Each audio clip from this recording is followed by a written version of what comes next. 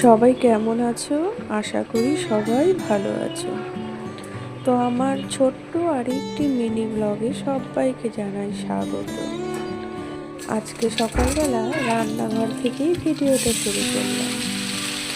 শীতকাল, তাই শীতের যে রং বেরঙের সবজিগুলো আছে সেগুলো দিয়ে করছি একটা চচ্চড়ি মতন, আর দিয়েছি বেগুন পোড়া।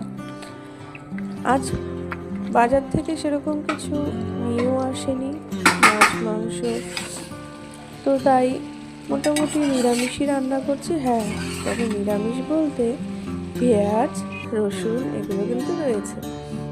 আর গতকাল রাত্রে একটুখানি মাংস ছিল, যেটা আমি মেয়ের জন্য রেখে দিয়েছিলাম, যে ও আর তো বাজার আসেনি, তাই ওটা দিয়ে ওর হয়ে যাবে, ও খেয়ে নিতে পারবে।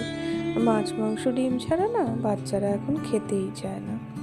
রান্না চাপিয়ে দিয়েই আমি ওদিকে ঘর দোরগুলো পরিষ্কার করে বিছানাটা পরিষ্কার করে নিয়েছি। সমস্ত কিছু গুছিয়ে নিয়ে স্নান সেরে চলে এসেছি পুজো দিতে। আর সকাল সকাল না পুজোটা না দিলে একদমই মনটা ভালো লাগে না।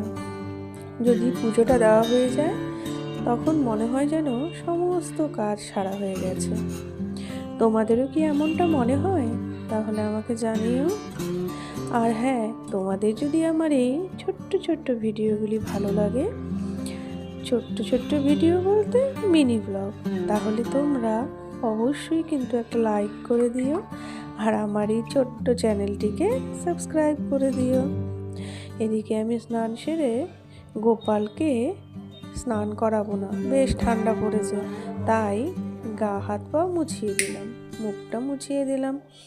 তারপর তাকে একটুখানি প্রদীপ আর ধূপ জ্বালিয়ে সেটা দেখাবো। সকাল সকাল যদি পুজোটা দেওয়া হয়ে যায় তাহলে মনের ভেতর থেকে না এক ধরনের অন্যরকম শান্তি আসে, খুব ভালো লাগে মন থেকে। আর আমার গোপাল সোনা সুন্দর বসে আছে, আর আমি ওকে আরতি করছি। তো পুজো সেরে নিয়েই তারপর একটুখানি খেয়ে নেব।